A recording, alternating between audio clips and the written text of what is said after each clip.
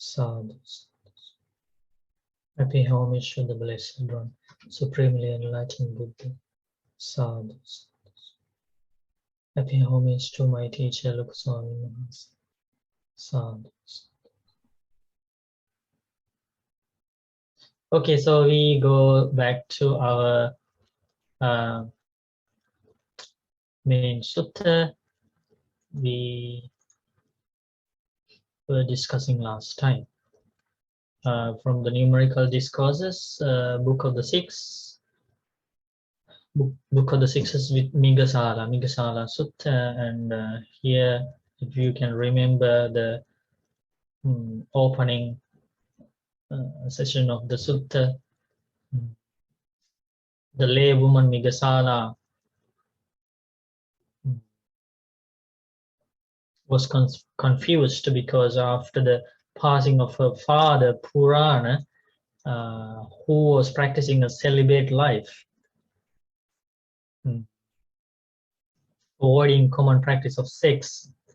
After he passed away, Buddha declared that he was a once returner and now has been reborn in heaven, Tawatinsa. And her uncle Isidatta was not celibate. He lived content with his wife, and he also passed away, and Buddha declared he was also a once returner before he passed away, and now he is also being reborn in the same place where her father has been born, Purana. So she was confused. How come this happens? One was practicing advanced sila precepts, and the other one was not. So how come they ended up in the same place? That was her question, remember? And then Buddha explained, ordinary people try to judge people by looking at the external appearance and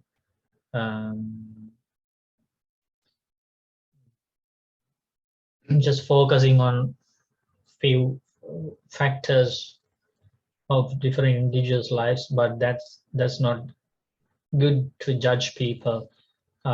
Ordinary people don't have that ability to judge others. It's only the Buddhas have that ability to judge people, because Buddha can see their spiritual maturity, spiritual faculties, spiritual attainments. So then we learned about this first case where you see almost identical qualities, but they are reborn in two different places.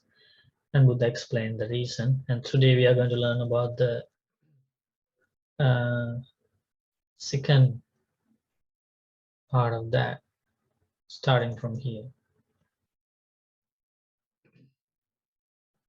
Yeah, so Buddha explained, so Ananda, don't be judgmental about people, don't pass judgment on people. Those who pass judgment on people harm themselves. I, or someone like me, may pass judgment on people about their rebirth, about their future destination, about all this. Who is going to read?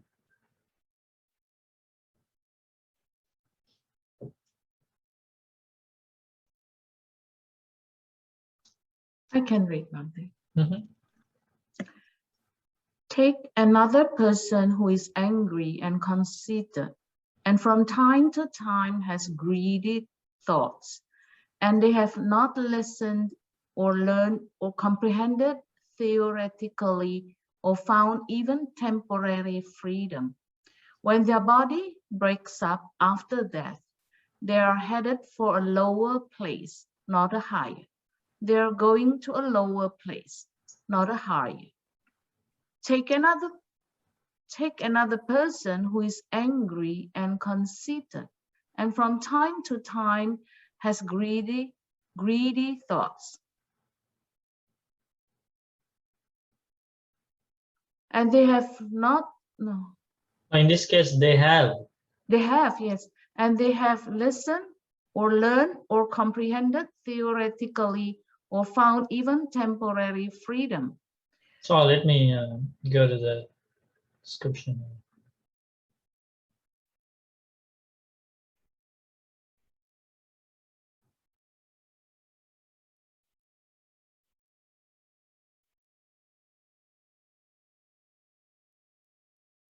Yeah, yeah.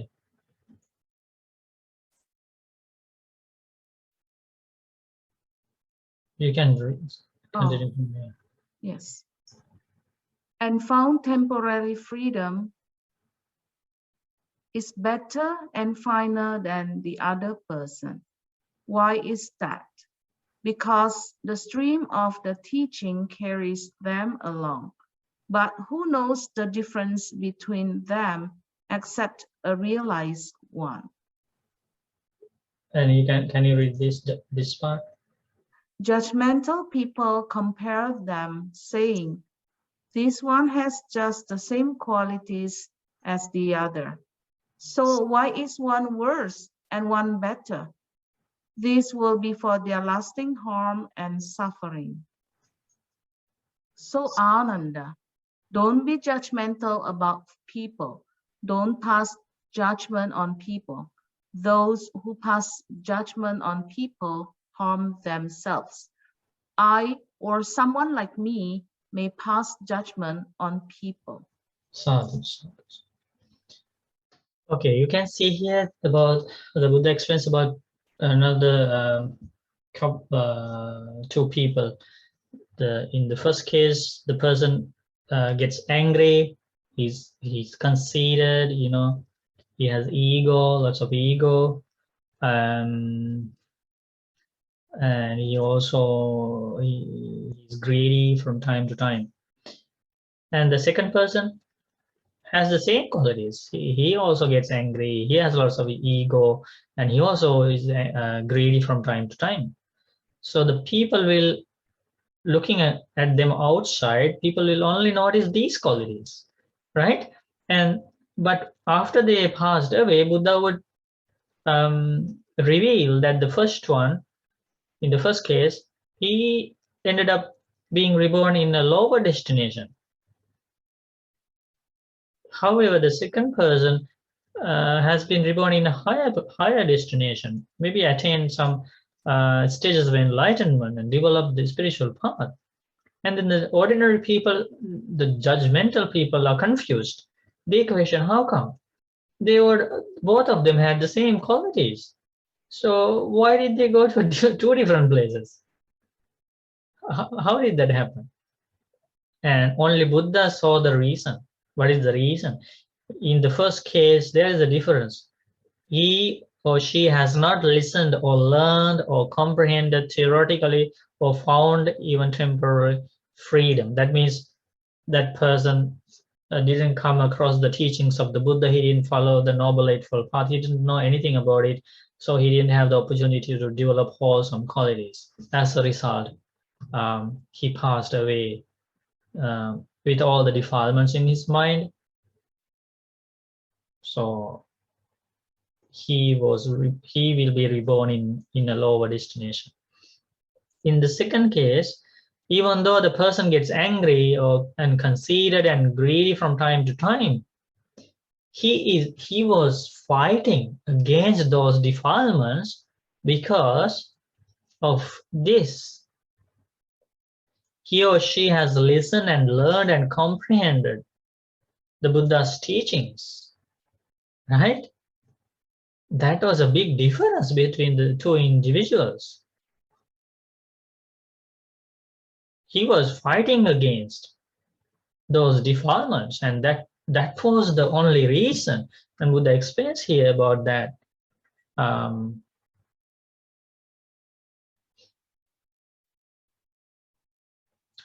The reason here is because the stream of the teaching carries them along. The stream of teaching, the Dhamma Sutta, lift that being up. Dhamma is responsible in this case to give a happier rebirth, a higher destination to this second individual. That is the reason. And the explains about another person who is going to read. Bhante, I can read. Mm-hmm.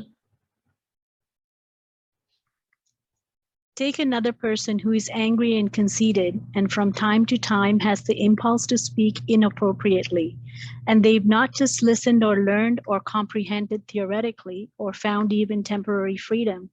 When their body breaks up after that, they're headed for a lower place, not a higher. They're going to a lower place, not a higher. Take another person who's angry and conceited, and from time to time has the impulse to speak inappropriately, but they've listened and learned and comprehended theoretically and found temporary freedom. When their body breaks up after death, they're headed for a higher place, not a lower. They're going to a higher place, not a lower. Judgmental people compare them, saying, this one has just the same qualities as the other, so why is one worse and one better? This will be for their lasting harm and suffering. In this case, the person who is angry and conceited, but has listened, learned, comprehended theoretically, and found temporary freedom is better and finer than the other person. Why is that? Because the stream of teaching carries them along, but who knows the difference between them except a realized one? So Ananda, don't be judgmental about people. Don't pass judgment on people. Those who pass judgment on people harm themselves. I or someone like me may pass judgment on people. Who is this lay woman, Migasālā? A foolish, incompetent auntie with an auntie's wit. And who is it that knows how to assess individuals? These 6 people are found in the world. If Isiddhartha had achieved Purna's level of ethical conduct, Purna could not have even known Isiddhartha's destination. And if Purna had achieved Isiddhartha's level of wisdom, Isiddhartha could not have known Purna's destination. So both individuals were lacking in one respect. Sadhu. Thank you, Bhante. Okay, so here you can see the wisdom of the Buddha. Only Buddha knew that the reason how her father, Purana, was practicing a celibate life, ended up in the Faculties heaven, and as a result of attaining one's return stage, the 3rd stage of enlightenment, right? The 2nd stage of enlightenment, one's returning. And also why Isiddhartha also ended up in the same heaven, Faculties heaven, as a result of attaining the 2nd stage of enlightenment, but he was not following the celibate life. He was just following the 5 precepts.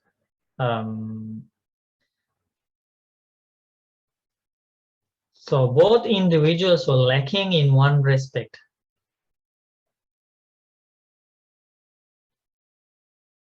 Her father was lacking what? Wisdom. Purana was lacking wisdom. Wisdom. And her uncle, Isiddhartha, was lacking? In virtue. Lacking virtue. So Buddha explains, if his father was fulfilled, if his path was fulfilled with both virtue and wisdom,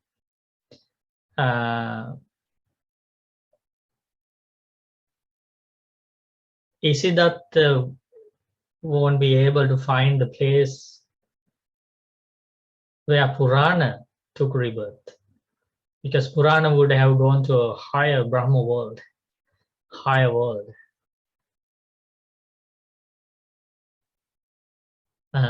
What prevented Purana to attain higher stages of enlightenment or higher attainments? What prevented him? He was lacking of wisdom. Lack of wisdom, yes. What prevented Isiddhartha from attaining higher stages of enlightenment and taking rebirth in a higher world? Higher ethics, higher virtue. Yeah, higher virtue, advanced precepts. Isn't this a beautiful, beautiful story here? A beautiful lesson here.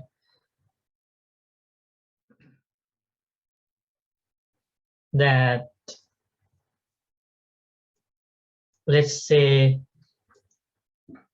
you don't have a very sharp wisdom. You don't have an advanced wisdom yet, but you still have a possibility to achieve higher attainments by increasing your virtue, by increasing your virtue. That's a powerful lesson.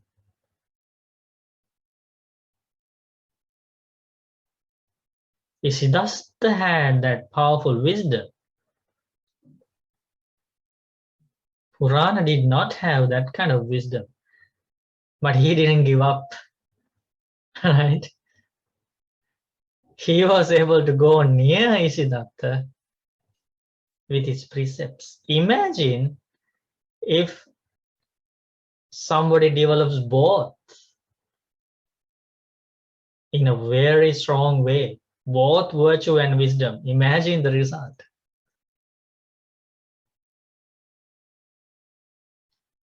Anyway, Purana was very fortunate father.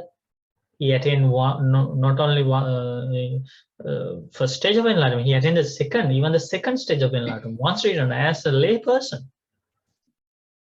Siddhartha, her uncle, also was very fortunate. He had a family, he had to find money, he was doing a job, he was busy, he had lots of responsibilities, he had to raise his kids, but still he attained the second stage of enlightenment. Aren't those people very fortunate? Very Maybe they have already escaped and liberated from the cycle of rebirths. We don't know. Or maybe they are still in the Tawatinsa heaven. I think Tusita. Should be Tusita heaven, not Tawatinsa.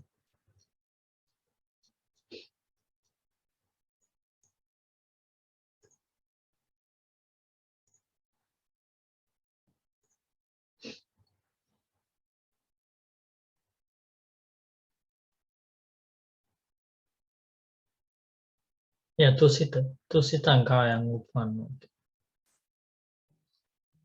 Both of them are in the Tusita heaven.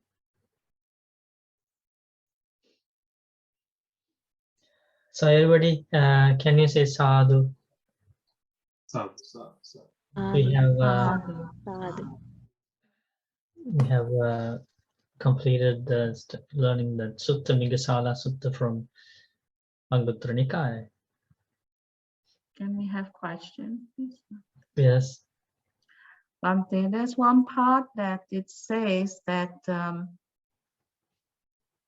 when Supreme Buddha explained about the 6 types of people, there's a part that's saying that they attain that temporary liberation. I think it's the, I forgot The Pali word for that is freedom.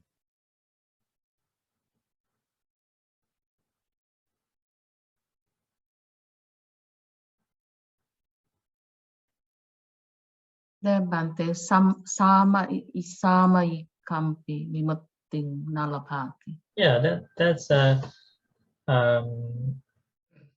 phrase that describes about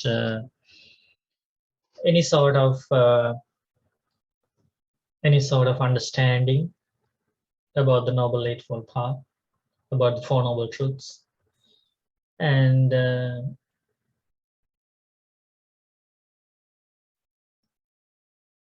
yeah, Vimutti normally refers to liberation, but they have not attained the full liberation, but they have liberated from some defilements at least,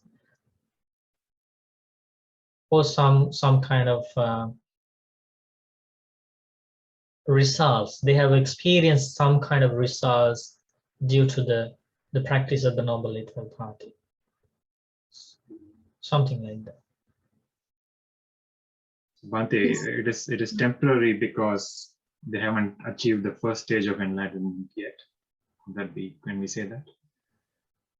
Yeah, we can think like that, because any liberation from defilements beyond the stage of stream entry is permanent, right? Any liberation of defilements, any eradication of defilements. So from time to time, they experience the results, the good results of the practice, because they have listened and learned and comprehended the path, the Dhamma, to some extent. Bhante, does it mean also they have attained like some kind of jhana state there, Bhante? It's not mentioned there. It's not Right. mentioned there, but they have some experience, some aspects of the practice. Right. And we know that they are not going to go to a lower destination. So we know that from that, because Buddha explains, they are headed for a higher place, not lower. They are going to a higher place, not a lower. So that means they have achieved some results of the practice. So it means at least Sotapanna. We don't know. We don't know, but they have attained some. Right. Okay. Bhante.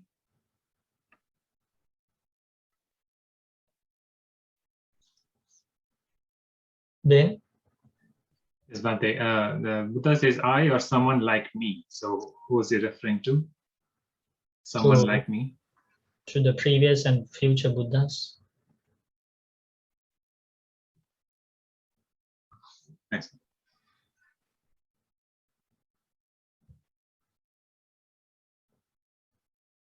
And another beautiful lesson we can learn from this sutta is that even though you are suffering from very strong defilements, such as anger, conceit, greediness, and all these things, you still should not get discouraged.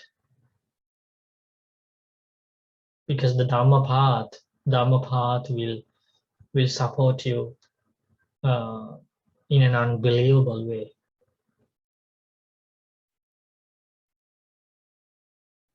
Remember, in some cases, the people had strong defilements, as Buddha explained, but they didn't end up in lower places. They still went to higher places. Buddha explains some people are born with strong defilements. So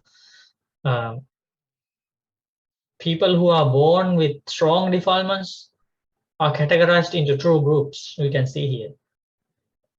One group, the people who are born with strong defilements, such as anger, lust, greediness, hatred, conceit, and all these strong levels of defilements, they die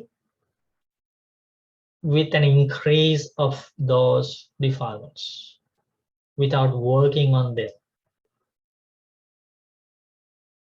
without making any effort to achieve a reduction of them. They die. What is the reason? Because they did not come across this Dhamma. So they didn't know the way to achieve the reduction or the elimination of those defilements. They die probably not with the same level, but with an increased level of defilements. That normally happens if you don't come across the Noble Eightfold Path in your life. And as a result, they will be destined to be born in a lower destination. The second group of people, they are also born with strong defilements. But fortunately, they come across these teachings of the Buddha. They are working on their defilements. Even though they are still suffering, struggling with their defilements, they are making an effort every time when those defilements arise. They are making an effort volitional effort. Isn't there a difference between the two people? There is a difference. There is a strong volitional effort of the second person.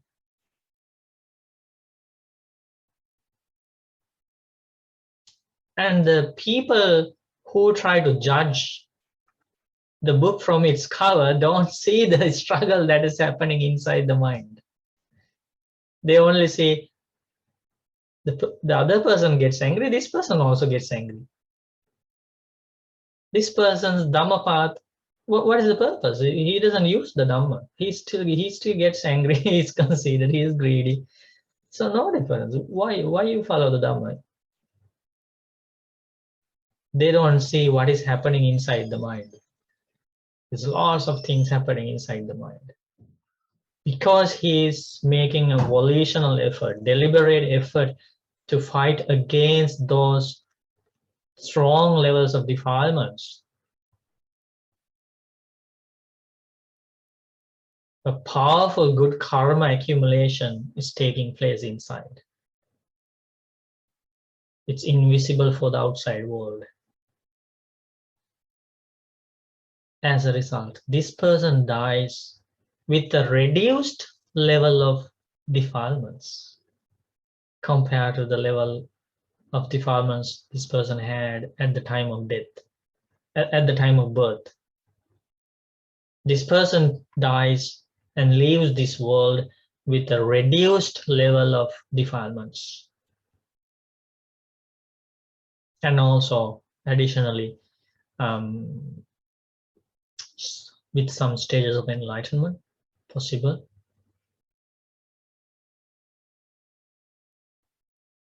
So this person is reborn in a higher place. It's a beautiful sutta, isn't it? Yes, Bhante, is very beautiful song. Thank you, Bhante. Thank you for explaining it nicely. Thank you. Mary, what do you think about this beautiful teaching?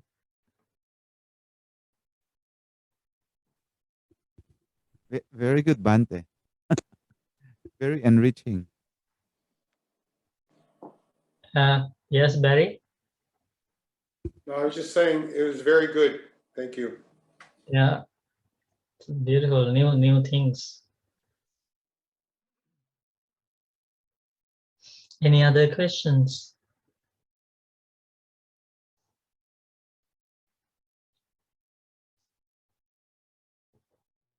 Bhante, not so much a question, but an observation, but to ask your guidance. So Bhante, when these defiled states arise in our mind, it's the mindfulness with wisdom that combine to show the arising state in our mind, and then we're able to recognize it and stop it so that there's no karma resulting from it. We're neutralizing it right at the tip when it arises before even we take any action, right? So because it's the wholesome actions, even wholesome actions that we produce will form karma. So in order to neutralize it, we have to use mindfulness and wisdom and see it with the equanimous state of mind, right? Because that way we stop the chain and cut it off. I think you are talking about the fourth type of karma. There's an explanation about this accumulation of karma in a way that is described in four different types. The first one is called the dark karma with dark results. The second one is called brighter karma with brighter results. And the third one is called Dark and bright. Mixed, yeah, dark and bright karma with dark and bright results. And the fourth one is